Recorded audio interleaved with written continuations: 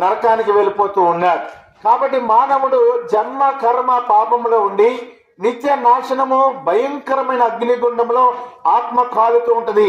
అక్కడ అగ్ని ఆరదు, పురుగు చావదు, అక్కడ మండుచూ ఉన్నారు, కాలుతూ ఉన్నారు. బాధలు, వేదన ఈ అగ్నిగుండంలో ఉన్నాయి. కాబట్టి అగ్నిగుండంలో వెళ్ళిపోతున్నటువంటి వారందరినీ యేసు ప్రభు అన్నాడు, పరలోకానికి తీసుకువెళ్లే మార్గాన్ని నేనే. అక్కడ నిత్య శాంతి ఉంది, నెమ్మది ఉంది, ఆశీర్వాదం ఉంది, దీవెన ఉంది అని ప్రభు చెప్తా ఉన్నారు. కాబట్టి పరలోకంలో ఉన్నటువంటి ఆ ఆశీర్వాదము మానవుడు పొందుకోవాలంటే దానికి యేసుక్రీస్తు ప్రభువే మార్గం. ఎందుకు ఆయన మార్గమయ్యారు అనంటే, మానవుడు పాపాన్ని బట్టి నరకానికి వెళ్ళిపోతున్నాడు. మరి పరలోక రాజ్యమనే స్వర్గానికి మానవుడు రావాలంటే మానవుని పాపము విమోచించబడాలి, ప్రాయశ్చిత్తం జరగాలి. మానవుడి పాపం ఎలా ప్రాయశ్చిత్తం అవుద్ది అంటే రక్తము చెందించాలి. అలాగని ఎడ్ల రక్తం, పక్షుల రక్తం, కోడిల రక్తం కాదండి, దేవుని రక్తం కావాలి.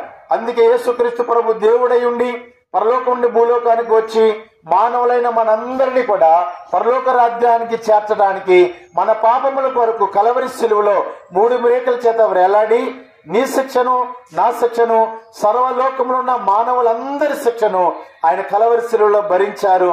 పరిశుద్ధమైన రక్తం మన విమోచన కొరకు ఆయన చిందించారు.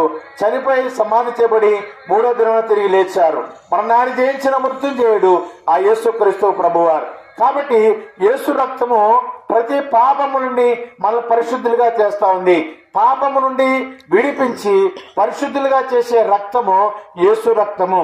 అది యేసు ప్రభు చిందించిన రక్తం. ఆయన మరణించి తిరిగి లేచాడు. కాబట్టి నీవు ఈ క్షణంలో యేసు ప్రభుని నమ్ముకుంటే నీ పాపాలు క్షమించబడి నీ ఆత్మ పరలోక రాజ్యము చేరుతుంది.